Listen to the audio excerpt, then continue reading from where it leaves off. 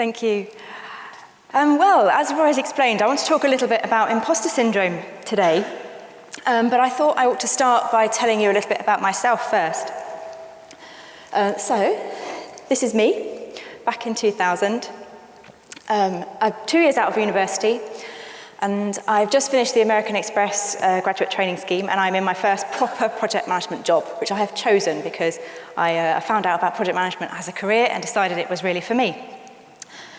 And I hadn't really been involved in projects heavily prior to that. And the project that I had been allocated to was in trouble. And the project sponsor, a woman called Gloria, said, we need to have a meeting, get everybody together, and kick it off again. So come along to that. I thought, okay, great. So I was in this meeting room with about 15 other people, and Gloria stood up, and she said, I'd like to introduce you to Elizabeth Harrin. She is an expert project manager. She joins us from American Express, and she'll take us through the next few months on this project so that we can successfully achieve the next gate review.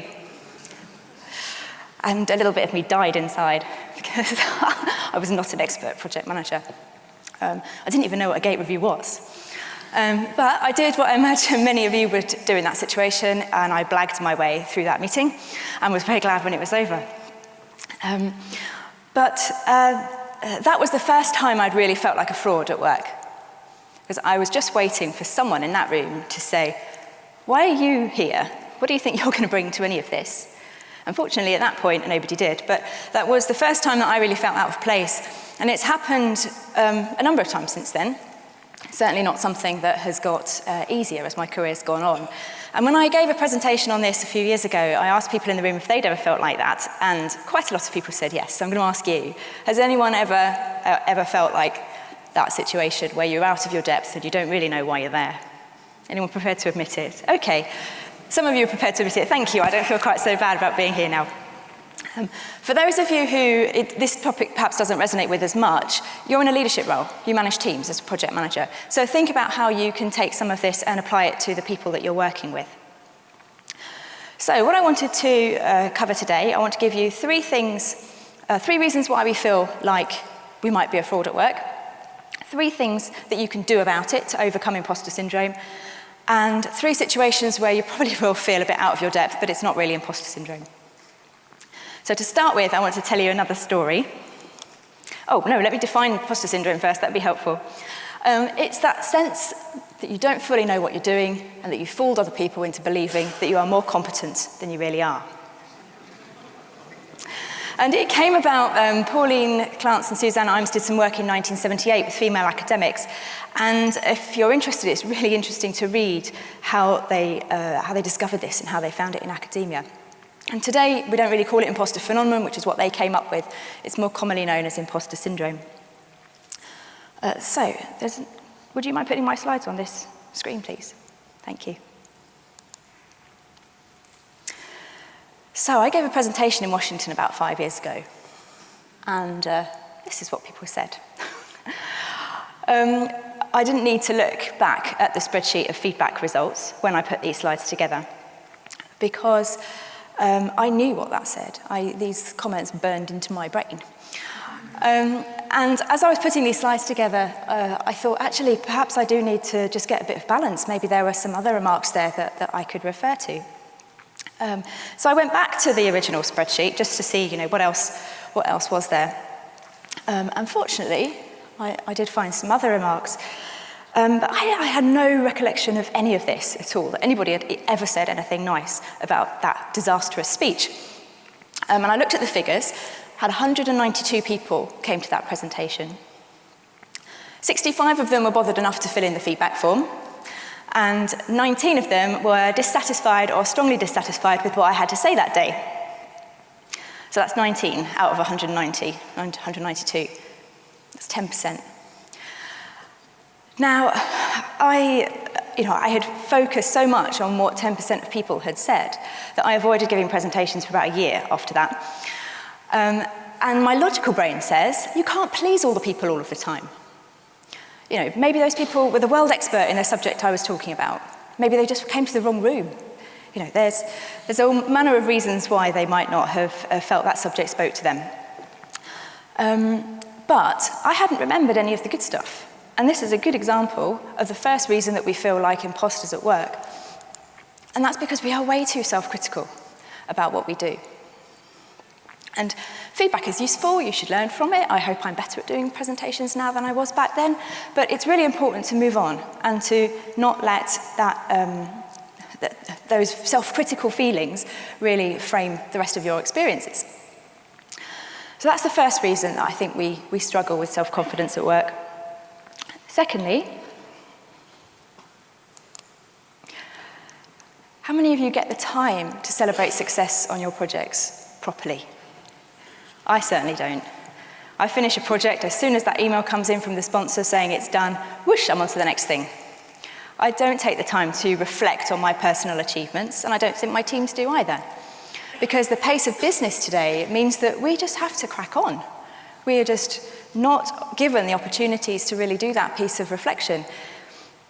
If you miss that out, I think it starts to chip away at the part of you that really wants the pat on the back to say, you did a good job. And without that sort of validation, we start to think maybe, well, it's just my job, it's what I'm paid to do, it's nothing, And so without that celebration of success, again, I think that there is a chance there that your self-confidence starts to get undermined. Thirdly, I think we compare ourselves unfairly to other people, or perhaps to other projects, and the performance of other teams. And I'll give you another story. Again, from my time at AXA PPP Healthcare, where I was a really nice company to work for. And there was a guy in the team, nearing retirement, his name was Ray, and the culture of our team was that we all went home at 5 o'clock. Very nice work-life balance there. But he didn't. Ray would always stay late. And I left every evening questioning my own work ethic and comparing myself to his. I would admire the hours that he put in. Except one day I had cause to stay late, I had a project deadline.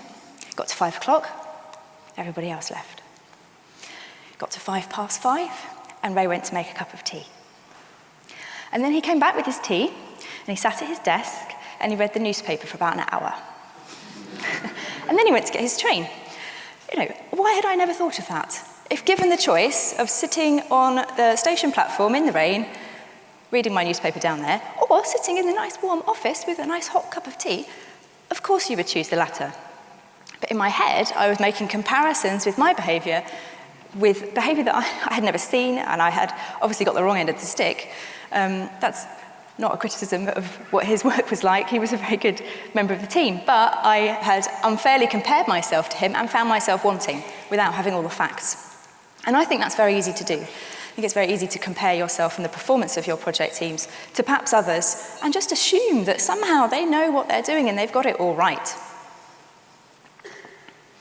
Okay, so what are we going to actually do about it? So if you start to feel that your self-confidence at work is dipping, what can you actually do about it? So here are 3 things. Firstly, I think we need to stop worrying about being perfect. There are obviously some jobs that you have to do 100% spot on every single time. But there is an awful lot of stuff that you just have to do in our jobs. And we use Pareto, we use the 80-20 rule in other areas of project management. And yet it's still me, slaving away over just crafting the absolutely perfect sentence to put in this project initiation document. Probably no one's going to read anyway. And you just think, well, where can we drop some of that and give up that expectation of perfection? Because work is not school. You don't get gold stars. There are no bells and whistles that are going to get you extra credit. You just have to do what you have to do to get through the day, get your project done to the best of your ability.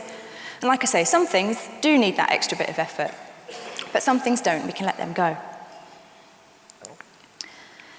Secondly, I think that it's worth considering where your authority comes from as a project team manager or a project leader. I've been the youngest person in the room, admittedly a while ago now. I've been the only woman in the room. I've been the youngest only woman in the room. And I've been in a position of authority in all of those situations. And that can be quite difficult, especially when you're new in your career or where you've just joined another company. But looking at how, so as you don't undermine your self-confidence, think about what you actually bring to the table. And Tara Sophia Moore puts it like this. She's come up with a model that looks at 4 different ways of authority, if you want to call it that, in the workplace. The first one is the survivor. So that's where you have lived the experience. You've been through it. You can be evangelical about it. You perhaps can be inspirational and share your stories.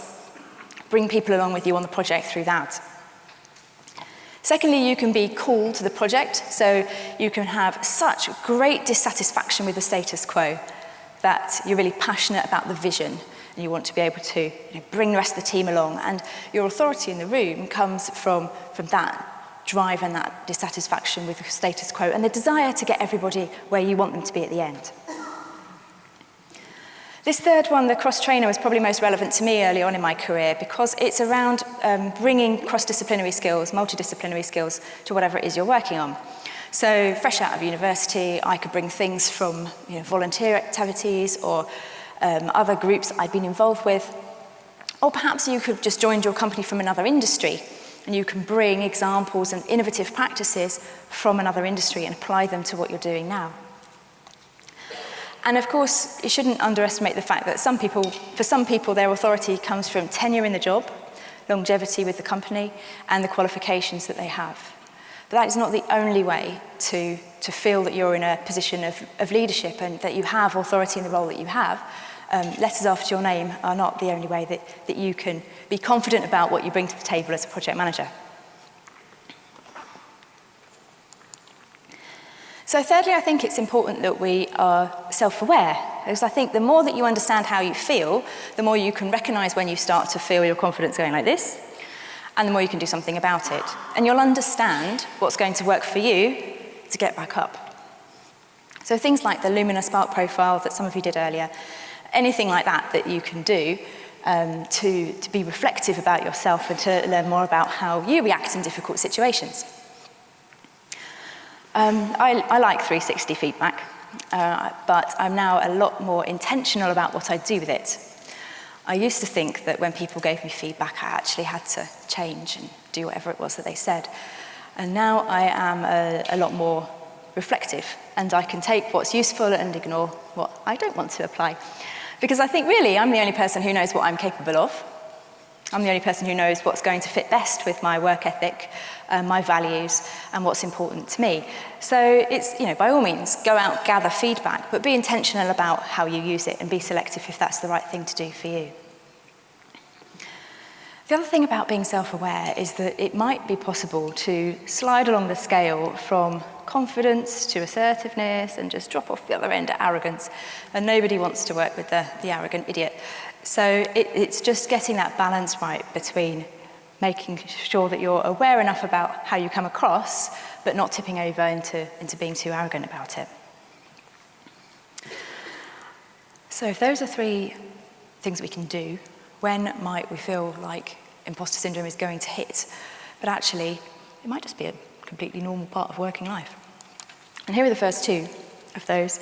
I think the first time that you hit a new job, you will feel out of your depth.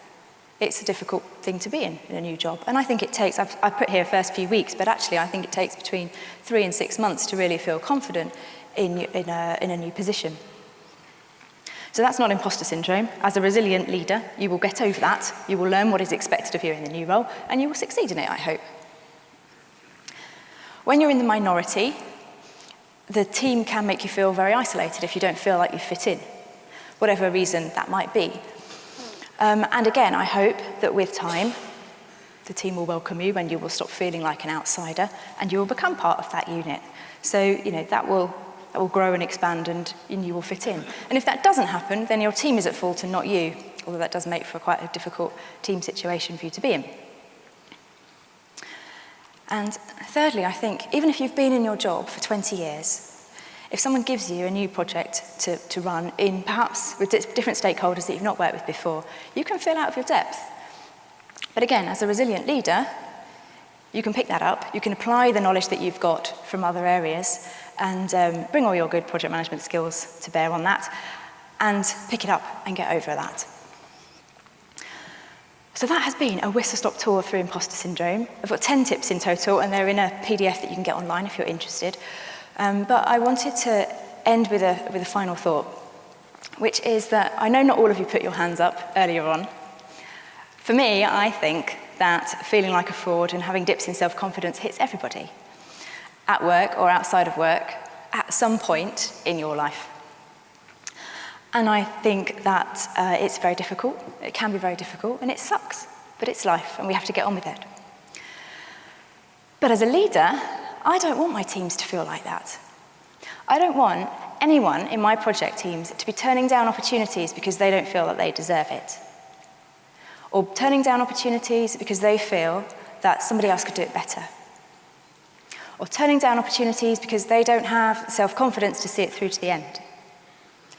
Because wouldn't that be a truly miserable place to work? So for me, the thing that sets leaders apart is the ability to deal with dips in self-confidence and imposter syndrome within yourself, but also to help other people get through it, to work with your teams on this. Because I think as leaders, we should be creating a truly inclusive project environment or a work environment where everybody feels like they have a role to play, and everybody can do their role to the best of their ability, and everybody can contribute with confidence. Thank you.